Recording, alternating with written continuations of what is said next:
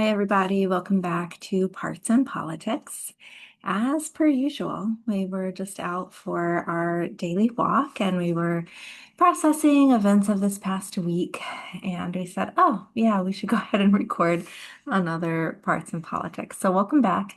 Something we were both noticing today is that we were just feeling, ugh, just meh, just yucky as we went through the day. And I don't think either of us slept very well last night. And when we were checking in about it, we were noticing, of course, all of the just awful, horrible, genocidal threats that came from Trump's Truth Social accounts over the past couple of days. And it was just awful. It was awful for everyone's nervous systems, the whole world around. I mean, us here in America, of course, are barely impacted except for emotionally, which is huge, and just can't even imagine what it's like for the people of Iran or in neighboring countries or even just in much closer places that are more impacted than we are. So certainly recognizing our privilege there, but that it's still really had an impact and really sat in our nervous systems. And I think, so normal for people to be having all kinds of trauma responses right now, maybe freeze responses, maybe flight responses, and sometimes flight, I think, comes up by fleeing into social media or into fantasy or into dissociation of some kind. Of course, our fight responses, all the reposting and agitation and fighting on social media and things like that. But we just wanted to really check in and notice our parts. And so something Tom was sharing was kind of how he was managing his parts today. So I thought I'd let him talk about that. Yeah, so it was definitely, as Cherry was saying, a very blah day. And I felt like this situation with Iran and the threats to end the civilization overnight have just been weighing very heavily on me in a way that I can't ignore that kind of threat being made by a president of a nuclear power, it just can't be ignored. And this is not a situation where you can say, like, oh, this is an idle threat of actually Trump does have a track record of engaging in violence against targeted enemies. And so it's a very realistic threat. He has the capability. You know, if you have someone that's kind of very threatening and promising to punch you in the face, like that feels like a very real threat to your nervous system, even if he doesn't end up punching you. And there's always that power that they hold over you. And it is a very problematic thing for any country to be wielding that power so frivolously. It's a danger to our entire species. It's that big of a threat. So I had to act on it. And so I called my representatives because, part of the privilege of being American is that, like, when these crazy things happen, it impacts the nervous systems of everyone around the world, but at least we can take an action to change our government. So what I noticed is that I got three different responses from my representatives, and I my parts responded in three different ways based on how our representatives responded. So I thought that would maybe a good place to start this. Um, So the first person I called was our Congressperson, Brian Fitzpatrick, and he's a Republican. And I compare him to an eel, not because I don't like eels, but just because he's a very slippery person in terms of like pinning down to have commitments. But there are also just extreme times like this where, he has some level of integrity to make a public statement disavowing Trump's threats of nuclear annihilation. So even though I don't support Fitzpatrick, I have a lot of skepticism about his commitment to follow through on his values. Um, I still appreciate the statement of public support, and that felt kind of grounding and normalizing of like, this is a shared reality where people can see the danger of using threats of nuclear annihilation against anybody. Maybe before we go on, I just would like to pause there for you to notice that maybe I'm just also noticing in my nervous system. I thought what you said was really important, like the groundedness of a shared reality. And I think that's part of why we like to do this and why we talk so much on our social media accounts about politics is that sharing reality with other people is so grounding and it is so validating. And it is why so many of us feel so mentally ill when it seems like half of our country is not sharing our reality. And so while these past few days have been so awful, it also does seem to have moved the needle just a teensy bit on some more people sharing the reality, even if it's just for a moment. And I do think that's really relieving for my Yeah. parts. What does that feel like in your body to like hear that from Fitzpatrick? Like I'm making a public statement or did make a public statement disavowing this, which you hadn't realized until you called. Yeah. So I think the way that I experience that is like I feel that in my chest of like there is like this kind of like heat I have in my chest, and that kind of cools down a little bit, Mm. knowing that, you know, people I disagree with ideologically, people I am skeptical of like their commitment, like there is a ground floor to some of our shared experience. So yeah, it helped me to relax a little bit, to feel like there is this huge problem that I don't have to solve all by myself, that there are Mhm. other people who see this issue. Yeah. Yeah, and I hope for anybody watching that there are people who can share your reality right now too. I mean, hopefully you're feeling that from us, but also if there are people who are, which there are certainly in our lives as well, who are still ignoring this reality, that those are really important people to have boundaries with right now because it is so dysregulating to our nervous systems to feel like we live in an alternate reality. Yes. So the next person that I called is our Senator, John Fetterman. And we're in Pennsylvania, in case anyone's unclear of where these representatives are. Yes. And Fetterman's a Democrat, Not really. and he has a D next to his name.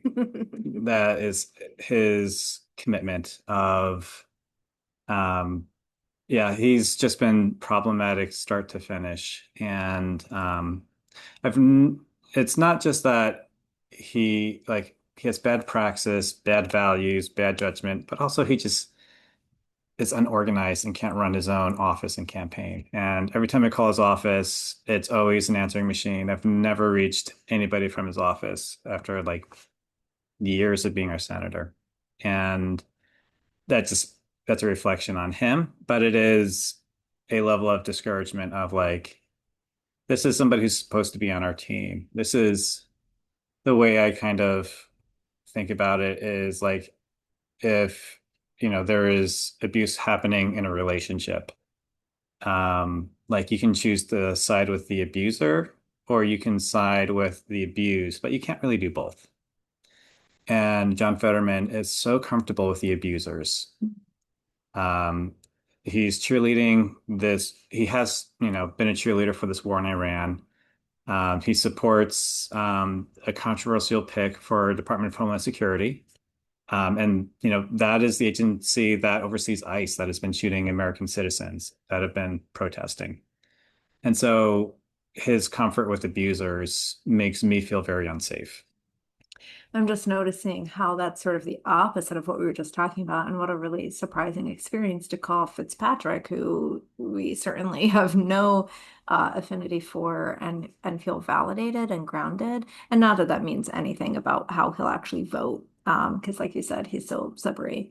But then to call Fetterman, who supposedly is a Democrat, is our representative in the Senate, and that it left you feeling again like you don't share common ground, like you're not understood, like your concerns as a constituent are really stomped all over by Fetterman. And it makes me so sad. Like, I think about we did this campaign with our local politics when Fetterman ran called Fetterman Rocks. And like we painted all these rocks, these like blue rocks that said like Fetterman Rocks. And if anyone remembers that campaign and that election, he was running against Dr. Oz. And so, he really seemed like by far the better choice than Dr. Oz. And I'm not saying he wasn't the better choice than Dr. Oz, but we were so excited in our local community to support John Fetterman and just like the crushing disappointment of who he's actually turned out to be. And, I loved Fetterman's stance on mental health and his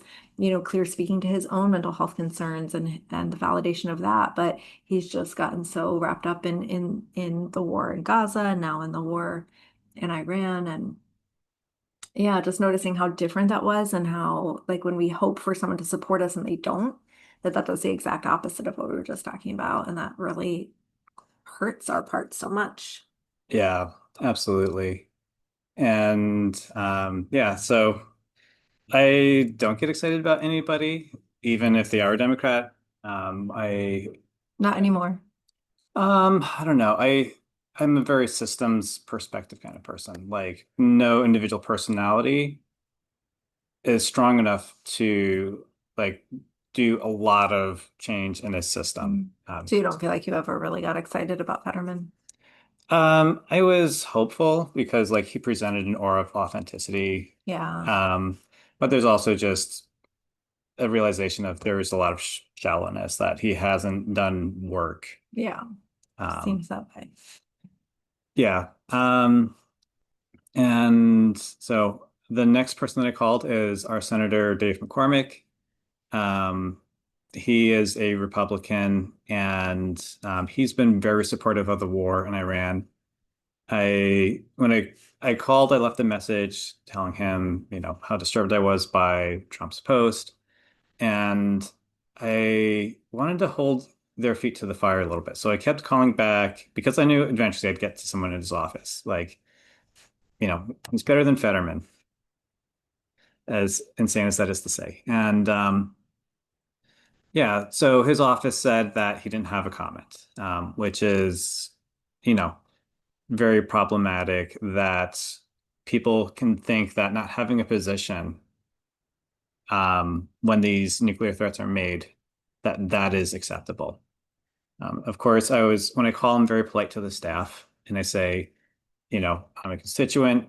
My message is I would urge, like, it's disappointing that the senator has not made a statement. That's very concerning. And I would urge him to be more proactive and like making his opinions known. And I thank the staffer for their time. Um, yeah. How did your parts respond to that? Um,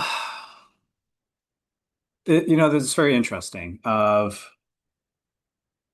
felt like I know McCormick is like a Zionist, a war hawk. He's everything that I'm opposed to.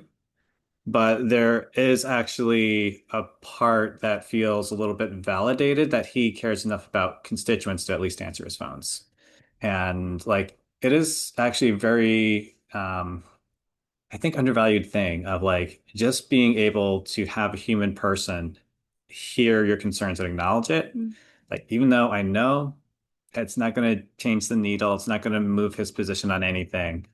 It is surprisingly helpful for For his people's nervous part. systems. Yeah. Yeah. Oh, yeah, that's so interesting. So maybe something to try if you haven't tried it yet. That, I think people, at least I, anyways, I think of like calling my representatives as like, oh, kind of an awful chore. Like nobody likes using the phone, and even though you can use like the Five Calls app, it just like feels hard. But maybe thinking of it, I mean, first of all, of course, we are exercising an incredible privilege. But also thinking of it as reassuring for your nervous system, like to have if you get a human on the other side of the phone, maybe some of your states are a little better than ours.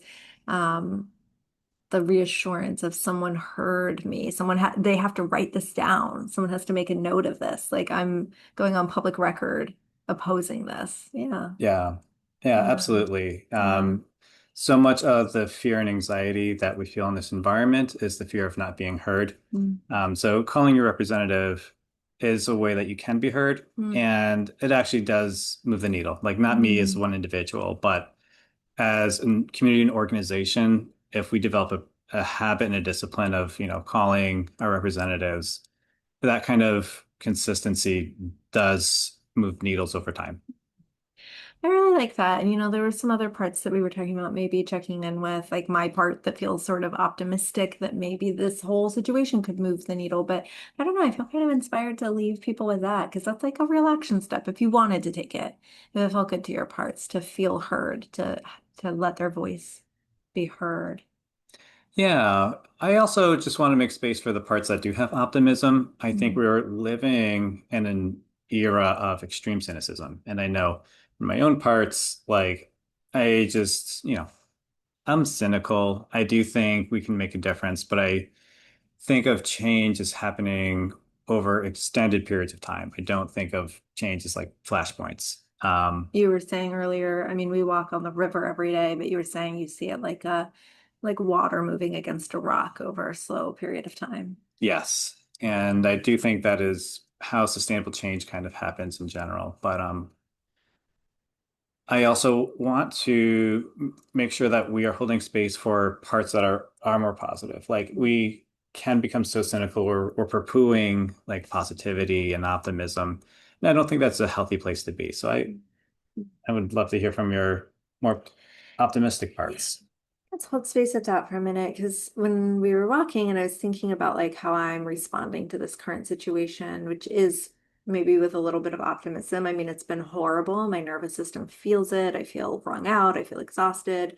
And also, I feel like, well, it's not just a feeling. I have seen people that I know posting things that they wouldn't usually post in opposition to Trump. And of course, we've seen that from some public leaders as well, Brian Fitzpatrick being one of them, but many others.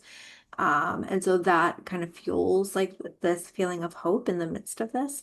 But what I was curious about, and I want to just hold space for a moment, is it a part or is it self? I'm just going to notice that. And for anybody who doesn't know what that means, in IFS, we believe that there's this core self of us. We compare it to the sun, that it's always there and it's always bright and it's always shining, but sometimes the clouds, the parts kind of get in the way of seeing that.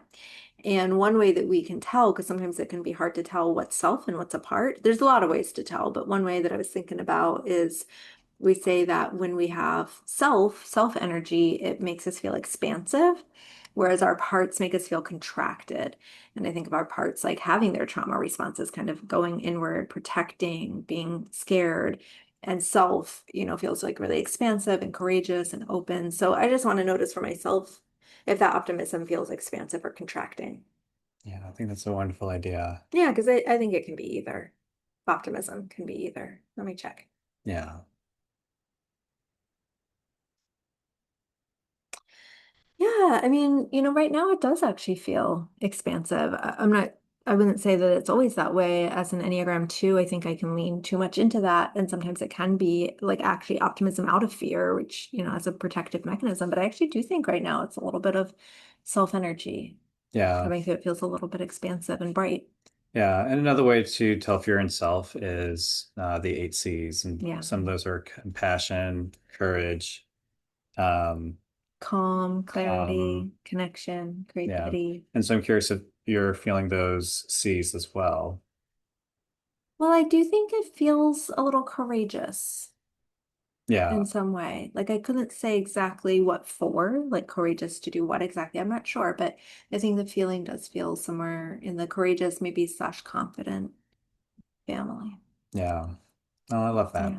Yeah. So, but I mean, again, it might not always be there, but I think right now it is. And yeah, I wonder for you, for anyone watching, before we let you go, if any of those C's feel like things that you have any access to, any ray of sunshine of one of those C's coming through that you could maybe connect with, or if calling your representatives might help you get there, might be an act of courage or confidence or clarity or Yeah. something And if what else. you feel is sadness and fear, it's okay to just Yeah, sit with that and notice it, for sure. and just know that we see you of like, Yeah, it's what we deal with every day. exactly. Thanks for being here, everybody. Yeah, thank you all. We'll see you next time.